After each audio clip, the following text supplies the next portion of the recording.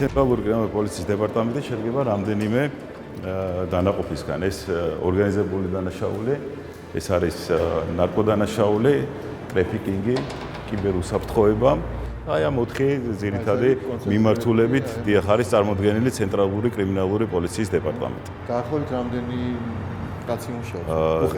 დაახლოებით რომ ვთქვათ, დაახლოებით 500-ზე მეტი ადამიანი არის დასაქმებული. მინისტრის პოსტზე გეკა გელაძემ ამ სტრუქტურაში არაერთი რეფორმა განახორციელა. შექმნა ქურდულ სამყაროსთან, ასევე ნარკოტრანზიტთან მებრძოლი სპეციალიზებული ქვედანაყოფები. შედეგად კი რამდენიმე თვეში 10 კანონიერი ქურდი პასუხისგებაში მიეცა. ასევე აღიკვეთა ტონაზე მეტი ნარკოტრანზიტი, რაც რეკორდული მაჩვენებელია. შეუქმნით სპეციალიზირებული დანაყოფები, რომლებიც მხოლოდ ამ მიმართულებით მუშაობენ და საკმაოდ კარგი შედეგები გვაქვს. ეს შედეგები წლის შეფასებისას პრემიერმა ხაზგასმით აღნიშნა და ქვეყანაში სტაბილურობის ერთ-ერთ ფაქტორად დაასახელა. რამდენიმე თვის განმავლობაში ჩვენ გვაქვს ფუნდამენტური პროგრესი ისე დანაშაულებთან ბრძოლის მიმართულებით, როგორიც არის ორგანიზებული დანაშაული, ნარკოტიკული დანაშაული, კორუფციული დანაშაული, ეს ყველაფერი სტატისტიკითაც კი ძალიან ცხადად დასტურდება. და ესეც სტატისტიკა. მხოლოდ ბოლო რამდენიმე თვეში პოლიციამ 5000-ზე მეტი ნარკოდამნაშავე დააკავა. ქურდულ სამყაროსთან კავშირისთვის კი 228 პირი მართლმსაჯულებას გადასცა. მინისტრი ამ შედეგს პოლიციაში თავის მრავალწლიან გამოცდილებას და სისტემის ზედმიწევნით ცოდნას მიაწერს, რაც რეფორმისთვის გამოიყენა. მე ყველაზე რიგითი თანამდებობიდან მაქვს დაწყებული შინაგან საქმეთა სამინისტროში ჩემი კარიერა, ჩემი საქმიანობა და მე ვიცი თითოეული პოლიციელის საჭიროება და ეს ძალიან მეხმარება. მას აქვს შინაგან საქმეთა სამინისტროში მუშაობის მრავალწლიანი სტაჟი. გარდა ამისა, წლების განმავლობაში ის მუშაობდა საქართველოს პროკურატურაში, სახელმწიფო დაცვის სპეციალურ სამსახურში, იუსტიციის სამინისტროში, საშუალო ახსნებისა და პრობაციის სამინისტროში. როდესაც პრემიერმა მიიღო გაწყვეტილება და წარმატგინა ამ თანამდებობაზე, ზუსტად ვიცოდი თუ რა უნდა მეკეთებინა ამ ინსტიტუციის გაძლიერებისთვის.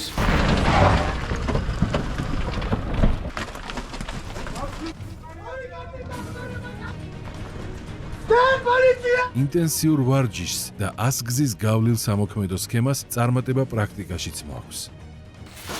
პოლიცია! სისხლის სამართლის კოდექსის 223 მუხლის საზოგადოების კულტურის სამყაროს საქმეების ხარჯებს. საქართველოს შინაგან საქმეთა სამინისტროსთვის მთავარ პრიორიტეტს წარმოადგენს ორგანიზებულ დანაშაულთან განსაკუთრებით კი ეგრეთ წოდებულ ქურდულ სამყაროსთან დაკავშირებული დანაშაულებრივი საქმიანობის წინააღმდეგ სისტემური ბრძოლა. ქურდულ სამყაროსთან ბრძოლა პოლიციის ერთ-ერთი ყველაზე რთული და სახიფათო მისია და ის სახელმწიფო უსაფრთხოებასაც უკავშირდება. მოითხოვს დიდ ძალისხმევას, ვინაიდან სხვადასხვა კლანური წარმომადგენლები ძირითადად იმართებიან საზღვარგარეთიდან, აქედან გამომდინარე შინაგან საქმეთა სამინისტროს და მის თანამშრომლებს ყოველდღიურად უწევთ სხვადასხვა ოპერატიული და სამძებრო ღონისძიებების გატარება. მსგავსი დანაშაულის აღკვეთას ისიც ართულებს, რომ მოსახლეობის მხრიდან მისი შეტყობინება იშვიათია. ერთი მიზეზი კი წინა წლებში პოლიციის შელახული ავტორიტეტი და დაქვეითებული ნდობაა, რაც ბოლო პერიოდში სწრაფად უმჯობესდება. 2012 წლამდე პოლიცია ასოცირდებოდა შიშთან, დაკავებასთან, ქუჩაში დახვრეტებთან, ახლა პოლიცია ასოცირდება მხარდაჭერასთან, საზოგადოებრივი წესრიგთან, რაც რა თქმა უნდა რადიკალურად განსხვავებული სურათია. საზოგადოებაში ნდობისა და მართლწესრიგის ოფიცრის ინსტიტუტის შექმნა ემსახურება, რომლის ქსელი მუდმივად ფართოვდება. მის ფარგლებში ოფიცრებს მოსახლეობასთან ნდობაზე დაფუძნებული ყოველდღიური კავშირი აქვთ. ეს ინსტიტუტი არის პირველი, ასე ვთქვათ, სავიზიტო ბარათი ჩვენი სისტემის, პოლიციის, რადგან მჭიდრო ურთიერთობა აქვს და პირველადი ურთიერთობა აქვს მოქალაქეებთან. საზოგადოება მთლიანად უნდა იყოს ჩართული იმაში, რომ ჩვენ ერთის მხრივ მხარი დაუჭიროთ, ხელი შეუწყოთ იმ ადამიანებს, ვინც საკუთარი სიცოცხლისა და ჯანმრთელობის რისკის ფასად იცავს ჩვენივე უსაფრთხოებას, ჩვენი ქვეყნის უსაფრთხოებას და ამავდროულად ხელი შეუწყოთ იმას, რომ პოლიცია დარჩეს და კიდევ უფრო ამაღლდეს ის სტანდარტები, რაც დაინერგა 2012 წლის შემდეგ. ეს ურთიერთობა დანაშაულის შეტყობინებისა და პრევენციის პირველი რგოლი უნდა გახდეს. თუმცა მანამდე ჯერ გზა არის გასავლელი და მოძველებული პრაქტიკაც აღმოსაფხრელი. სამწუხაროდ წლების წინ უბრალო მოქალაქეები სიმპათიებს გამოხატავდნენ ქურდული სამყაროს მიმართებაში და ხშირ შემთხვევაში მხარდაჭერასაც უცხადებდნენ და სასამართლოს მაგივრად მიმართავდნენ კონკრეტული საქმეების გადასაწყვეტად კანონიერ ქურდებს და ეგრეთ წოდებულ ქურდული სამყაროს წევრებს. თვალთვალით, მიყურადებით, სხვა ოპერატიული ღონისძიებებით პოლიციამ ქურდული სამყაროს მსხვილი დაჯგუფება გამოავლინა, რომელიც შვილის წამებისა და მოკლის მუქარით ოჯახს ასობით 1000 ლარს ძალავდა. დამკვეთი უცხოეთში მცხოვრები 2 კანონიერი ქურდი იყო. შემსრულებელი კი მათთან შეკრული 20 კრიმინალი. ხელებს დაულეწავთ, უკან კიდევ დავაჭირეთ და გაუგზავნით ასე მშობლებს.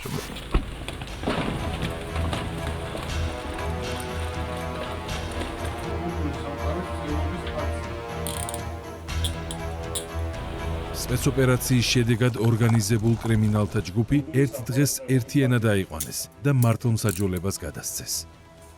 თბილისში, შიდაქართში, აჭარაში, გურიაში, იმერეთსა და კახეთში 20 პირი დააკავეს. ხოლო 4 პირს ბრალი დაუსწრებლად წარედგინა. მათ შორის არის 2 კანონიერი ქურდი. არ გავა ფაქტობრივად, რომ ქურდულ სამყაროსთან კავშირში არ იყვნენ კონკრეტული ადამიანები, მხილებულები, მთელი ქვეყნის მასშტაბით არ ტარდებოდეს სპეცოპერაციები, რაც რა თქმა უნდა არის ძალიან მნიშვნელოვანი, კრიმინალი უნდა იყოს დასჯადი. შეურიგებელი სამართლებრივი გარემოს შედეგად ყველა კანონიერი ქურდი ამჟამად უცხოეთშია მიმალვაში და საქართველოში თავიანთ კრიმინალურ ქსელებს იქიდან მართავენ. შესაბამისად, სასჯელი დაუსწრებლად შეეფარდებათ და ექსტრადაციის შემდეგ ამოქმედდება. საბედნიეროდ დღეს საქართველოში არ არიან კანონიერი ქურდები, მაგრამ ძირითადად საზღვარგარეთიდან ცდილობენ თავიანთი გავლენების მოპოვებას საქართველოში. ამისთვის ისინი იყენებენ ეგრეთ წოდებული ქურდული სამყაროს წევრებს, რომლებსაც ავალებენ სხვადასხვა დანაშაულებრივ ქმედებებს. საზღვარგარეთ ყოფი კანონიერი ქურდები. სულხან ჯაფარიძე თვალჭრილიძე მეტსახელად სუხო და პეტრე ბაქრაძე მეტსახელად პაატა თბილისკი მონაწილეობდნენ.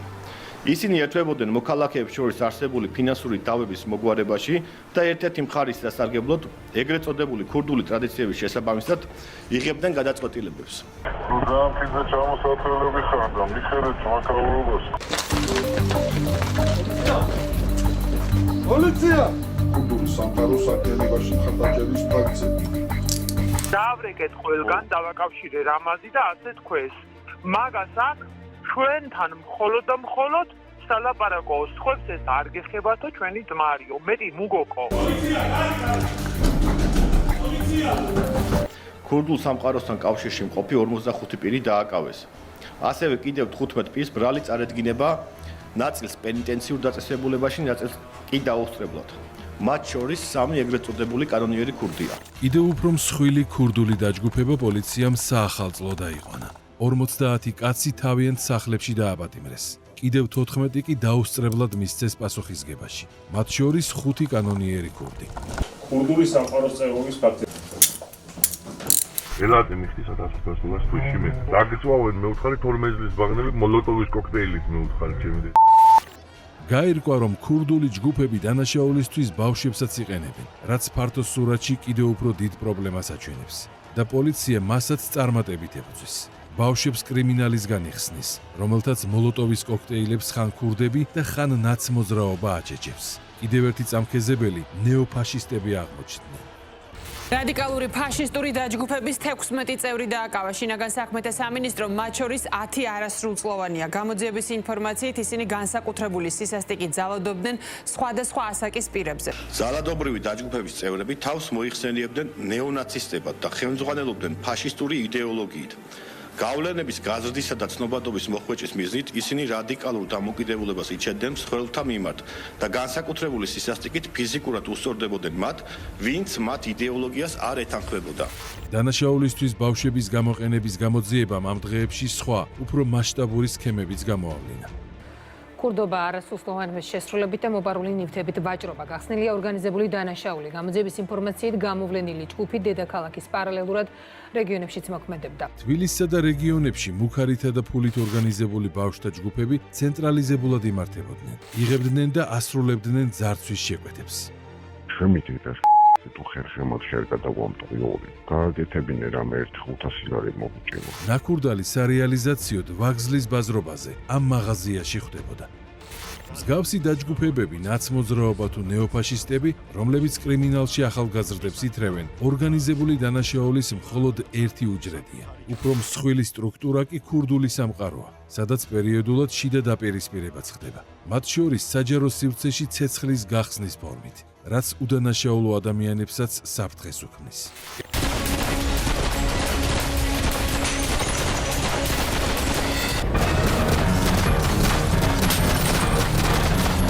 ერთი ასეთი ანგარიშსწორება თურქულ ბანდებს შორის ბათუმურ კაფეში მოხდა. თურქეთიდან გადმოსულმა ერთმა დაჯგუფებამ კაფეში შეკრებილ მეტოქე ჯგუფს ცეცხლი ქუჩიდან გაუხსნა. ზოგი მოკლეს, ზოგი დაჭრეს და გაიქცნენ. თუმცა კრიმინალისტებმა ადგილზე მოპოვებული სამხილებით დამნაშავეთა იდენტიფიცირება მალევე მოახერხეს. გადაადგილების მარშრუტი კი სათვალთვალო კამერების სისტემით დაადგინეს, რომელიც ცენტრალიზებულად იმართება და დამნაშავეებზე ფოკუსირებული თვალთვალის საშუალებას ქვეყნის მასშტაბით იძლევა. მალე ამ სისტემაში ხელოვნური ინტელექტიც დაინერგება, რაც ინფორმაციის მოპოვებას მკვეთრად გაზრდის. რაც შეეხება ჭკვიან კამერებს, რა თქმა უნდა, ყოველწლიურად ხდება განვითარება და გაზრდა ამ ტექნიკური საშუალებების მუშაობის პროცესში ვართ ხელოვნური ინტელექტის დანერგვა შინაგან საქმეთა სამინისტროში ეს იქნება ერთ-ერთი ჩვენი პრიორიტეტი. თუმცა მანამდეც თურქი კრიმინალების გადაადგილების ზუსტი მარშრუტი არსებული სამეთვალყურეო ქსელითაც უშეცდომოდ დადგინდა. 4 თავდამსხმელის დაკავება წინასწარ შერჩეულ უსაფრთხო ადგილას განხორციელდა, სადაც სროლის შემთხვევაში გამლელების დაშავების რისკი გამოერიცხებოდა. საქართველოს შინაგან საქმეთა სამინისტროს თანამშრომლებმა თურქ კოლეგებთან ერთად ჩატარებული ოპერატიული ღონისძიებებისა და საგამოძიებო მოქმედებების შედეგად თურქეთის სამართალდამცავი ორგანოების მიერ ძებნილი 12 პირი დააკავეს. ყველა მათგანი თურქეთის რესპუბლიკის მოქალაქეა. დაკავებული პირები თურქეთის პოლიციის მიერ საერთაშორისო დონეზე ბოლო 5 წლის განმავლობაში გამოცემული ინტერპოლის წითელი ცირკულარების საფუძველზე იძებნებოდნენ. ქურდულ სამყაროსთან ბრძოლაში ისტორიულ შედეგებს ხელის საკანონმდებლო ცვლილებებმაც შეუწყო. პოლიციას ახლა უფრო ოპერატიულად შეუძლია დამნაშავეთა წინააღმდეგ მოქმედება. დამნაშავედ კი ქურდებთან ნებისმიერი კავშირის მქონე პირი განიხილება. სისხლის სამართლებრივ კოდექსში შევიდა ისეთი მუხლები და დასჯადი გახდა ქურდულ შეკრებაში მონაწილეობა, კანონიერი ქურდისთვის მიმართვა, ქურდულ სამყაროსთვის ხარდაჭერა. კანონმდებლობასთან ერთად გაძლიერდა ორგანიზებულ დანაშაულთან ბრძოლის სტრუქტურაც. მინისტრის ინიციატივით მსხვილის სამმართველო შეიქმნა აჭარაშიც, სადაც ბოლო პერიოდში არაერთი დანაშაულებრივი სქემა გამოვლინდა და აღიკვეთა. საპოლიციო დანაყოფების კიდევ უფრო გაძლიერების, დანაშაულის პრევენციისა და რეაგირების მიზნით აჭარის რეგიონში ცენტრალური კრიმინალური პოლიციის დეპარტამენტის მთავარი სამმართველოს შექმნით უმძიმესი შემთხვევა იყო, როდესაც შეკვეთილი მკვლელობა მოხდა თბილისის ცენტრში და მადლობა ეთქმეს ჩვენ სამართალდამცავ ორგანოებს, რომელმაც ძალიან დეტალურად იმუშავეს. ეს ცნობილი ქურდის მერაბ ჯანგველაძის ძმის მკვლელია, რომელიც თავის სამიზნეს ჭავჭავაძის გამზირზე სადარბაზოსთან ელოდებოდა. გამოსვლისას უკან გაჰყვა და 14 გასროლით იქვე მოკლა. თავად კი მიიმალა. პოლიციამ დანაშაული უმოკლეს ვადაში გახსნა. მკვლელი ცხელკვალზე დააკავა. შემდეგ კი მისი უშუალო კოორდინატორები და მთავარი დამკვეთიც გამოავლინა. ლევან ჯანგველაძის განზრახ მკვლელობას როგორც შექმნილი დანაშაულებრივი ჯგუფის უპირობო ლიდერი ოთარ რომანოვ ფარცხალაძე ხელმძღვანელობდა. გამოტანილია დადგენილება ოთარ რომანოვ ფარცხალაძის მიმართ ბრალდებული სახით პასუხისგებაში მიცემის შესახებ. ყოფილ მთავარ პროკურორს დღეიდან ბრალდებული სტატუსი აქვს. ბოლო დროის ყველაზე გახმაურებული მკვლელობის საქმე გახსნილად გამოცხადდა. ბიზნესმენ ლევან ჯანგველაძის მკვლელობის საქმის ორგანიზატორად გამოძიება ოთარ ფარცხალაძეს ასახელებს. ყოფილმა მთავარმა პროკურორმა გაქცევა მოასწრო. როგორც გაირკვა, მოკლულთან მას ბიზნეს დავა ჰქონდა, რის გამოც მისი მოშორება შეუკვეთა. მნიშვნელოვანი არის, რომ ყველა პირი, რომელიც ბრალდებული ამ მკვლელობაში დაკავებული იქნას, იცით, რომ რამდენიმე ადამიანი იმალება სხვადასხვა ადგილას, ზოგი ევროპაშია, ზოგი რუსეთში არის. ორგანიზებული დანაშაული, როგორც წესი, არაერთ ქვეყანას მოიცავს. შესაბამისად, გამოძიება და მტკიცებულებათა მოპოვება საერთაშორისო საპოლიციო რესურსს მოითხოვს. საქართველოს არაერთ ასეთ რესურსთან აქვს ფართო წვდომა. და მას ახლად შექმნილი სპეციალური განყოფილება პრაქტიკაში იყენებს. ტრანსნაციონალური დანაშაულის წინააღმდეგ ბრძოლის მიმართულებით განსაკუთრებით მნიშვნელოვანია საერთაშორისო საპოლიციო თანამშრომლობა. საქართველოს შინაგან საქმეთა სამინისტროს ცენტრალური კრიმინალური პოლიციის დეპარტამენტში შექმნილია სამართალდაცვით სფეროში საერთაშორისო თანამშრომლობის ცენტრი. ცენტრი როგორც მეზობელი ქვეყნების, ასევე ევროკავშირის საპოლიციო სტრუქტურებთან და ინტერპოლთან მუდმივ კავშირშია და ტრანსნაციონალურ გამოძიებებს ხელმძღვანელობს. ევროპოლთან უწყვეტი კავშირის უზრუნველსაყოფად საქართველოს სპეციალური საკომუნიკაციო არხი SIENA აქვს, რომლის საშუალებით ოპერატიული ინფორმაციის გაცვლა ხდება. და რაც ყველაზე მნიშვნელოვანია, პოლიციის ატაშეების ინსტიტუტი. გარდა მაგისა, ასევე ჩვენ წარმომადგენელი გვყავს ევროპოლში, ატაშე პოლიციის და ინტერპოლში. ორგანიზებულ დანაშაულთან ბრძოლაში ყველაზე მძლავრ ინსტრუმენტად მინისტრი პოლიციის ატაშეების ინსტიტუტს ხედავს, რომელიც საქართველოს საელჩოებთან და საერთაშორისო საპოლიციო სტრუქტურებთან არის ინტეგრირებული. 19 პოლიციის ატაშე ფარავს 38 ქვეყანას და მიმდინარე წელს ჩვენ გეგმაში გვაქვს პრემიერ-მინისტრის ინიციატივით კიდევ უფრო გაიზარდოს პოლიციის ატაშეს ინსტიტუტი სხვა ქვეყნებში და დაემატება 8 ქვეყანა.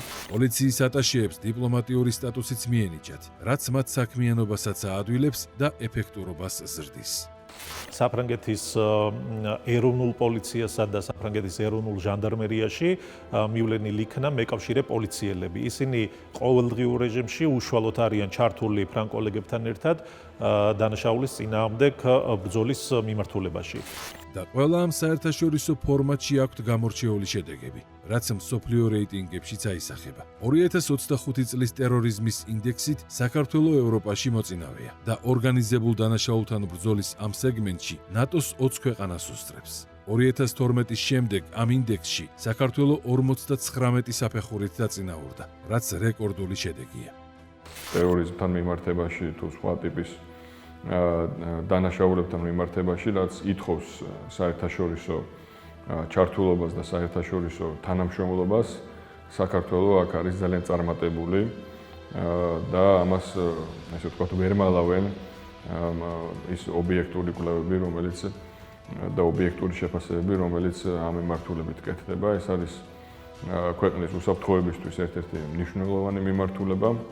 და ვხედავთ, რომ ჩვენი შინაგან საქმეთა სამინისტრო ამ კუთხითაც არის მოწოდების სიმაღლეზე. ყოველწლიურად ქვეყნდება სახელმწიფო დეპარტამენტის ანგარიშსა და დადებითად არის შეფასებული ჩვენი უწყებების თანამშრომლობა საერთაშორისო პარტნიორებთან, მათ შორის არ მხოლოდ ორგანიზებულ დანაშაულთან, იგივე ტერორიზმთან წინააღმდეგ ბრძოლა, ნარკოდანაშაული. და არის კიდევ მნიშვნელოვანი პროგრესი კიბერდანაშაულთან ბრძოლაში, რაც 21 საუკუნის უმთავრესი გამოწვევაა. ჩვენ გვაქვს კიბერდანაშაულის ბრძოლის დანაყოფი, რომელიც ორიენტირებულია მხოლოდ კიბერდანაშაულის გამოძიებაზე და აქაც ძალიან კარგი შესაძლებლობები გააჩნია დღეს საქართველოს კიბერდანაშაულთან ბრძოლის სამმართველო, რომლის მოვალეობაში შედის კიბერდანაშაულის გამოძიება. აღნიშნული სამმართველო აქტიურად არის ჩართული სხვადასხვა აქტივობებში, მათ შორის საპრევენციო ღონისძიებებში. ეს კი იმას ნიშნავს, რომ დანაშაულის შეტყობინებისა თუ მიმდინარე გამოძიების გარეშეც სამმართველოს ოფიცრები უწყვეტ რეჟიმში იცავენ ინტერნეტ მომხმარებელს. დაცვა კი ყველა სჭირდება, რადგან ფიშინგის მეთოდები და ტექნიკა მუდმივად იხვეწება და ამოცნობა რთულია. Hi, are you still renting? გამარჯობა, ისევ აქირავებთ ბინას და მე იწყება საუბარი. Right, ჩვენ ცხოვრობთ ამერიკაში, ჩამოვდივართ საქართველოში და ასე შემდეგ. ქირის ნაწილიც თითქოს წინასწარ Western Union-ის საშუალებით გადმორიცხეს, რომელიც ცნობილი საერთაშორისო სისტემაა და ბმულიც მოაყოლეს, საიდანაც ფულის მიღებაა შესაძლებელი. როგორც კი გავხსენიეს ბმული, თვითონ ინტერფეისი, ანუ ეს ფერები, ლოგო, ერთ-ერთში გავს Western Union-ის ბრენდს. თუმცა ერთი განმასხვავებელი ნიშანი ის არის, რომ Western Union-ის .com-ის მაგივრად არის Western Union და აბსოლუტურად სხვა დაბოლოება. საკმარისი იყო ამ გაყალბებულ საიტზე მონაცემები შეეყვანა და ბინის გაქირავების ნაცვლად საბანკო ანგარიშს დაუცარიელებდნენ. მსგავსი სქემების ამოცნობა ძალიან რთულია. მით უმეტეს, როდესაც ხელის ერთი დაჭერით თითქოს ფული უნდა მიიღო.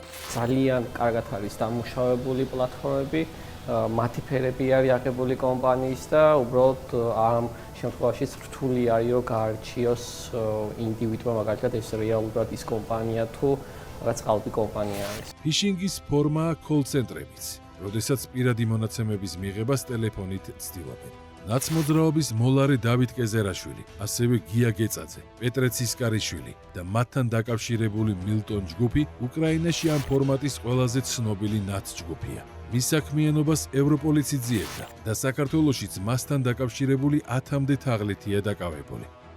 After we received this equipment, we have the software. კიბერდანაშაულთან ბრძოლისთვის პოლიცია ტექნიკურადაც სათანადოდ არის აღჭურვილი, მათ შორის ევროპული დახმარების შედეგად. ეს აპარატურა ქართულ პოლიციას კიბერდანაშაულთან ბრძოლასა და უსაფრთხო გარემოს შექმნაში დაეხმარება. აქ არის ინტეგრირებული როგორც ოპერატიული საქმიანობა, ისე ჩვენი სპეციალისტების განათლება და როგორც უკვე გითხარით, არა მარტო ადგილობრივ დონეზე, არამედ საერთაშორისო დონეზე ხდება ჩვენი სპეციალისტების გადამზადება და იმ თანამედროვე მიდგომების შემდეგ უკვე საქართველოში დანერგვა. ამ მიმართულებითაც შემიძლია გითხრათ, რომ ძალიან შემცირდა სტატისტიკა და აი ზუსტად ამ ინტეგრირებული და კოორდინირებული მუშაობის შედეგია. სწორი პოლიტიკის უფრო ფართო შედეგი კი ასეთია. ეფექტიანი გამოვლენის შედეგად კოლ-ცენტრების მსხვილი პრობლემა მეორე პლანზეა გადასული. ასევე ამოღებულია ტონა ნარკოტიკი, ხოლო 6000-მდე ნარკოდამნაშავე და ქურდულ სამყაროსთან დაკავშირებული 300-მდე პირი დაპატიმრებული. განეიტრალებულია სახელმწიფო გადატრიალების რიგით მეხუთე მცდელობა. 60-ზე მეტი მონაწილე პასუხისგებაშია მიცემული. ნაწილს მრავლად ედება საქართველოს კონსტიტუციური წყობილების ძალადობის შეცვლისაკენ ან სახელმწიფო ხელისუფლების დამხობისკენ მოწოდება. ნაწილს კი სამართალდამცავებზე ძალადობა. 4 ოქტომბერს ხელისუფლების დამხობის მორიგი მცდელობაც გარედან იყო დაფინანსებული და სრულიად ახალი სქემით მართული. თუმცა პოლიცია მის სტარტზევე ჩაშალა და ასევე მყისიერად მოიგერია ამის პასუხად წამოსული დეზინფორმაცია ქიმიური იარაღის გამოყენების თაობაზე. ერთი მთავარი ხაზი, რაც აქვს გლობალურ ომის პარტიას ჩვენს ქვეყანაში, არის სწორედ ძალოვანი სტრუქტურების დაგროვება. იმიტომ რომ ყველა მარტივი რამე იცის, როგორც კი დასუსტდება პოლიცია, ძალოვანი სტრუქტურები, მაშინვე სახელმწიფო არის უკვე მოშლილი. ამის უფლებას, რა თქმა უნდა, ვერავის ვერ მივცემ. 4 თვე საკმარისი დრო იყო იმისთვის, რომ ბრიუსელს მის საელჩოს დაეგმო 4 ოქტომბერს პრეზიდენტის სასახლის ძალადობრივი შტურმი. ამიტომ ჩვენ შეგვიძლია უკვე დავასკვნათ, რომ ეს არ არის მხოლოდ დუმილი, ეს არის პოზიცია. ორგანიზებული დანაშაულის ამ მასშტაბურ ფორმას, რომელიც ტერორიზმს გავს, მარტო კრიმინალური პოლიცია ვერ გაუმკლავდება. ის მთავრობის სრულად ჩართულობას მოითხოვს, რასაც პრემიერი ყოველ ჯერზე უზრუნველყოფს. განსხვავებით ბრიუსელისგან, სადაც შიდა დაპირისპირება სწრაფად ღვივდება. According to Politico, European Union ევროკომისიის ვიცე-პრეზიდენტი კაია კალასი პრეზიდენტ ურსულა ფონ დერ ლაიენს ზურგს უკან დიქტატორს ეძახის. ამის შესახებ ონლაინ გამოცემა პოლიტიკოს ბრიუსელის ჩინოსანმა აცნობა. ჩანს კოლექტიური მმართველობიდან ევროპა დიქტატურად იქცა. ზუსტად იგივე იმავე ონლაინ გამოცემას შეერთებული შტატების პრეზიდენტმაც განუცხადა. Let's turn to Donald Trump because the US president has ევროპული ქვეყნების კავშირი იხრწნება. პრეზიდენტმა დონალდ ტრამპმა ამის შესახებ ონლაინ გამოცემა პოლიტიკოს განუცხადა.